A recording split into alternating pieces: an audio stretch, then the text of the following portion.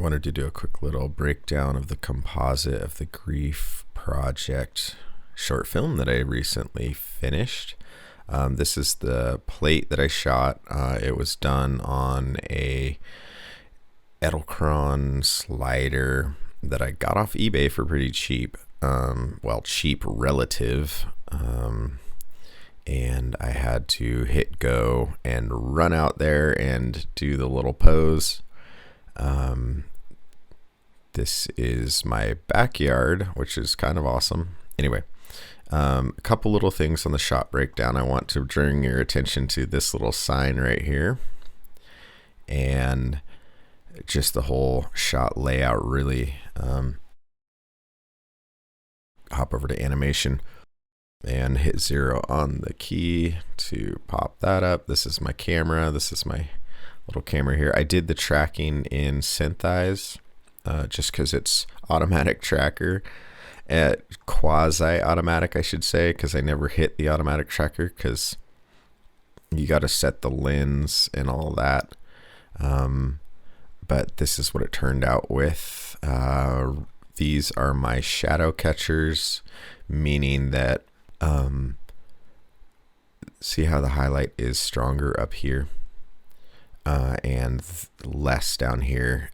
Kind of mimicked the shape of the hill, and I even had like a rim light on it. I know the lighting doesn't match, but it works really well to make it pop.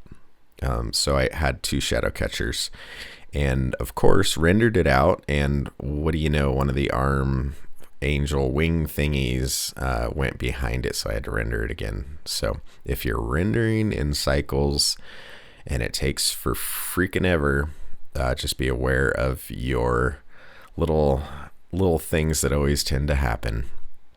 And then I also added the shadow, but let's go back to Blender really quick. And so these are my shadow catchers. This is that kind of rim light I was talking about, and then the sunlight. Go back to layout. I always tend to just work in this tab for some reason, because I'm there and I just do it, and it's pretty ridiculous because there's all these great tabs for doing lots of great things. Anyway, this little ball here is a mask ball / the tentacle, the little energy it draws from the heart here. That was mainly it. I did render it all in Blender 2.8. I did mocap it with Breckle Body. It was fairly cheap software at the time when I got it several years ago. The cheapest I could find at the time that worked for what I needed. There's a whole lot of great mocap stuff out there now. The rig itself, as you saw in the other video that I did, has some blend shapes on the muscles, which are so subtle, but they're there. I feel like it added something, but maybe it didn't add anything. And I have the it IK'd his upper arms IK'd to this sphere so that it doesn't really move, and the main portion is a push in and pan up, which actually, no, it wasn't a pan up, it was just a push in, and that's kind of how we got that movement. Really quick, obviously I did not mocap the legs because I was not floating, so I mocapped the arms and then kind of moved these a little bit so they looked like he was floating, because at first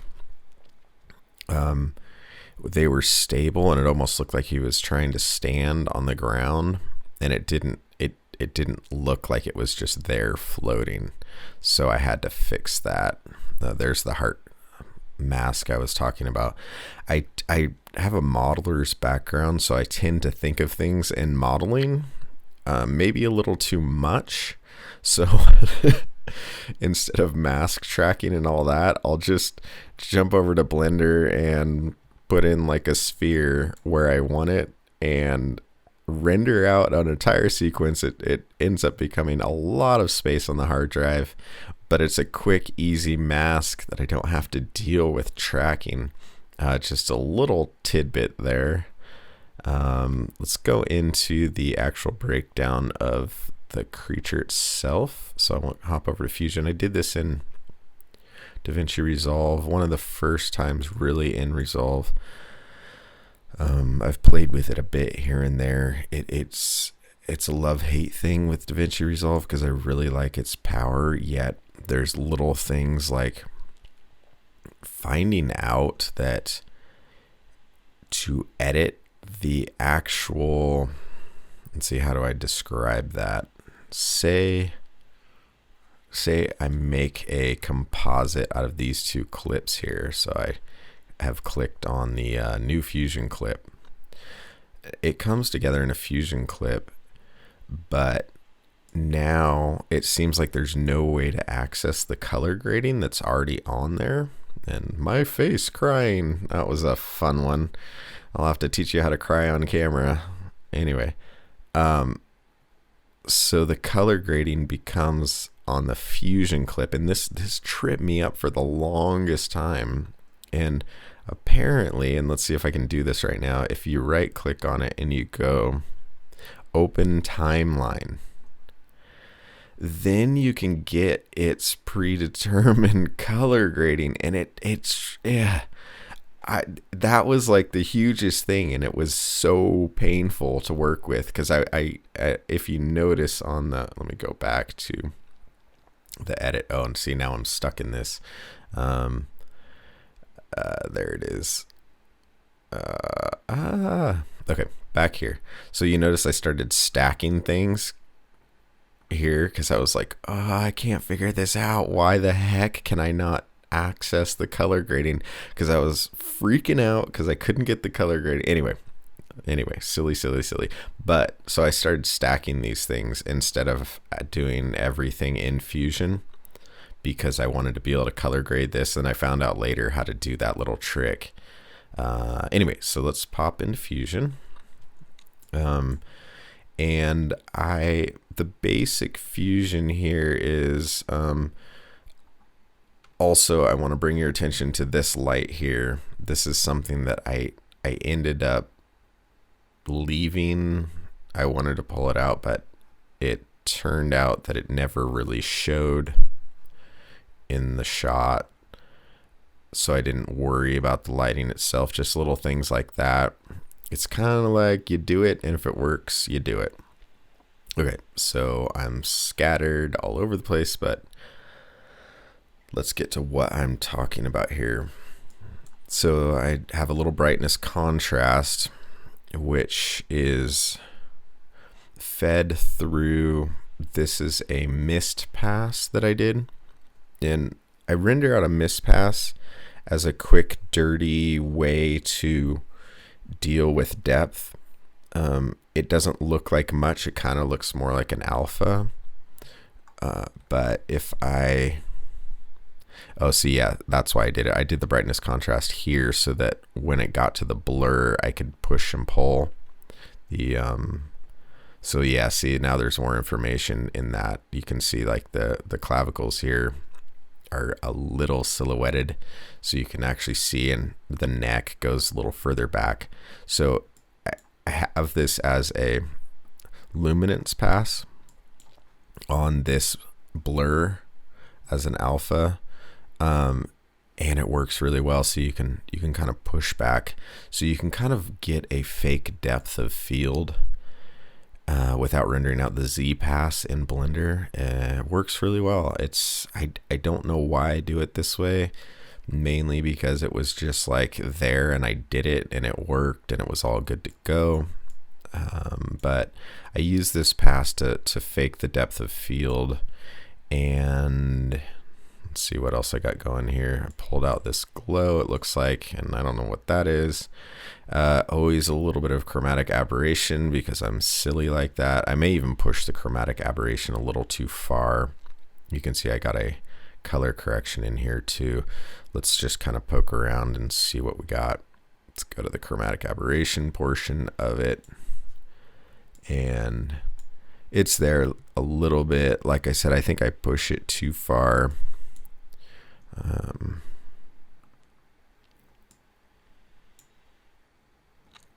That's funny. So the vortex isn't even plugged in. What the heck am I doing? Apparently the vortex is not plugged in. It was, oh, that's what it was. It was shadowing improperly. So I was getting a weird haze between the plate and the actual background, and the color correction was getting off and everything. So I actually opted to jump into Fusion and mess with it there. So if you go to clips and you go to Fusion, it will grab the topmost fusion, another little trick, and then you have to find which fusion you're on. So I actually think clip is not the right one. Nodes, clips, effects. Yeah, no, that's right. So I think it's this one, or this, no, this one. Yeah. So this is the one that the vortex is actually in. And again, this was before I figured out that color correction thing. So it was a whole big mess, but so I opted to put the vortex in the background plate, and it worked better because I didn't have to, basically it was easier blending. And then if I recall, I copy and pasted it because I already had the animation set properly to be behind the sphere. And so it was all pretty much straight drop in. I know I had to edit the keyframes a little bit, and this is also another convoluted mess. Don't get me wrong, I really like DaVinci Resolve. It's actually a nice, fun flow. Just towards the last 20%, you start to run into these like little bits and pieces that make things take a little longer than I feel like they should. But I'm not complaining. It's a great program. Anyway, so let me see here. Let's shut some stuff down. We don't need the media pool open. And then this is the vortex. This is the center. So this is the movement up. And if I recall, because the clips are different lengths, this gets into those weird time things. So this clip actually starts, oh yeah, so this is the first media in, meaning that it's going to start at 0 and you're not going to be able to edit the time here. And I'm sure there's a way to do this. I have not figured that one out. So if you know it, please comment, because that would be fantastic. Let's see. So the ellipse there, there's the transform. This was how I moved it. And so I had to reorient the actual keyframes. So that's all I did. I copy pasted it and then moved the keyframes so it fit properly. The other thing I did was paint out that sign, because I looked at it and it was such a subtle, what's the word, psychological mess having that sign in there. It's like you didn't even notice the sign was there, but when I painted it out, it changed the feeling from being totally in the middle of the woods or from being like in the city, which is not true, but to being totally in the middle of the woods and magical and so on and so forth. Basically what I did there was I copied where is it? Oh, so this was the wrong trail. This is the vortex. This is all from this media plate. So I transformed this in. So this is actually a different portion of, it looks like this is the repetition. This is going to break my video. So you're going to see all these little silly things from now on. So you can see the pattern here. This was pretty silly, but it was a quick fix that just really added everything. So I had the ellipse mask, and I moved it along the path of the sign, which, oh, whoops, that was the wrong one. So this is the second. So the sign's there. I get used to these quick hotkeys, which is 1 and 2. If you hit 1 and 2 over your thing, it will show you. See, now I'm just hitting 1 and 2 all over the place. So here's the finished plate, and go from the ellipse, which was just a mask ellipse, then the media in, which I don't know why I copied this. I do know why I copied this, because of this ellipse. So I basically just copy and pasted that, which messes everything up. But Control C, Control V, and drop this in. I had animated this ellipse along this path, so if I select to see that one and I'm on that one, I can go ahead and just key where this goes. I didn't track anything, I just hand keyed it, because it's not like it was a crazy dramatic moving shot. It was just in one, it just went down and over slightly. Then merged it all together here and outputted it here with the vortex. So that was pretty much the breakdown. The color grading, I shot this on a Sigma FP, which is a really, really nice camera.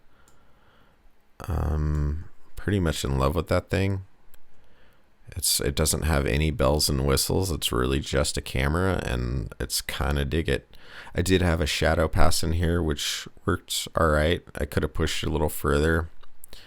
One thing was this color correction is slightly different. I had to hand eye correct.